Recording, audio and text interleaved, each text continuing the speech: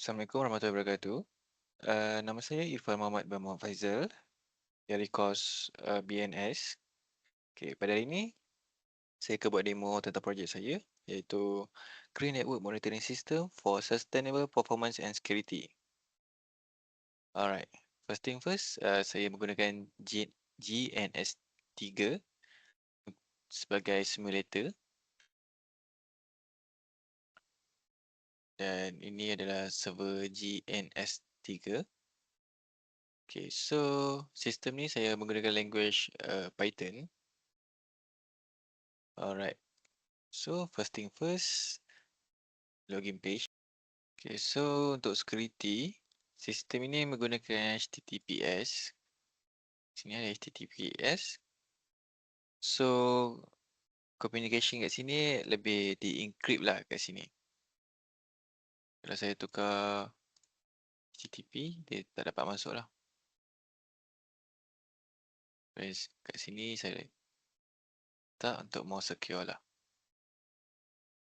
Okay, untuk login, ada satu user saja saya letak, ada tu admin. So, let's say kalau salah password, dia akan bagi tahulah pilih username or password. So, password dia juga, admin juga.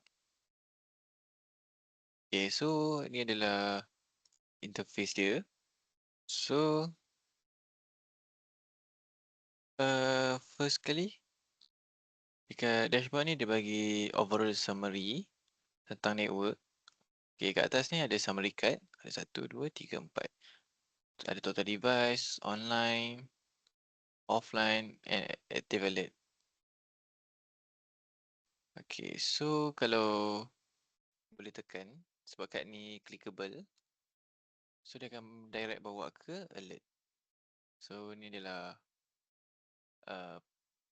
pass punya alert.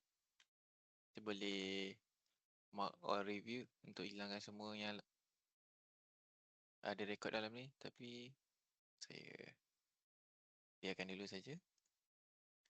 Okay, so dekat dashboard ni juga ada graph menggunakan live metric. Dia tunjuk historical data seperti CPU, memory, latency dan interface usage lah. Okay, so kat bawah ni lagi ada network topology map dan resistivity. Alright, so dekat device ni adalah interface dia. Dia akan display semua jenis router yang ada dalam device kita, dalam, maksud saya dalam ni lah, kita punya simulator ni. So kat offline ni kosong sebab saya semua masih online lagi. Okay, so bahagian topology sama seperti kat dashboard. Dia akan bagi tahu lah router 3 punya IP, latency dan CPU usage. So benda ni clickable, so dia akan direct terus bawa. Alright. So next saya akan bawa ke Green IT page. Okay, kat sini sistem akan estimate power consumption berdasarkan SNMP metric yang dikumpul daripada setiap device. So kita boleh tengok total estimate power usage dan juga power consumption untuk setiap device nya. Okay, so daripada data ni, admin boleh identify device yang menggunakan lebih banyak tenaga berbanding device yang lain. Okay, so ini boleh bantulah organisation untuk buat optimize atau planning untuk upgrade dan replacement bagi naikkanlah energy efficiency ni. Okay, so dekat analytic ni pula, page ni dia ada historical data dalam bentuk chart dan trend analysis. Okay, kat sini kita boleh monitor CPU utilization, memory usage, network latency dan bandwidth usage over time. So, graf ni juga boleh bantu admin lah untuk faham network behavior dan identify sebarang unusual activity atau spike. Okay, so ni juga berguna untuk troubleshooting, capacity planning dan predict future resource requirement. Okay, so next adalah tentang setting. So dekat sini kita boleh toggle cara kita nak on notification through Telegram atau tidak. So benda ni untuk kemudahan admin lah, untuk dapat notification walaupun tak monitor sistem. Okay, so saya akan bagi contoh kalau satu device offline. Misalkan sini saya tutup. Okay, so dia ambil masa sekejap sebab real router pun akan ambil masa lah untuk device tu totally offline. Okay, so dia dah offline. So kita boleh klik.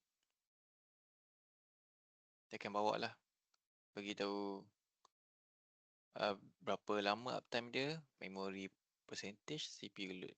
Okay, so dekat device ni dia akan tunjuk kat sini lah, offline. So dekat Green IT juga, dekat effect juga kat Green IT, dia akan bagi tahu 97%.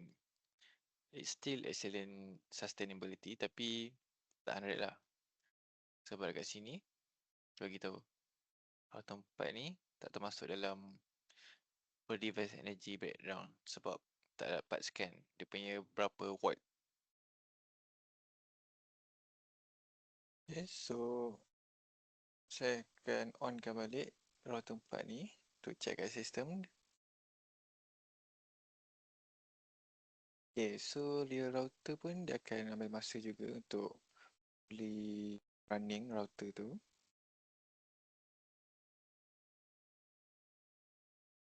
Okay, so router 4 is back online. Dia akan continue lah scan. So kat sini pun sama, dia akan display graph. Okay, so kat sini router 4 baru hidup balik. So dah lama offline, so graph dia akan terputus lah.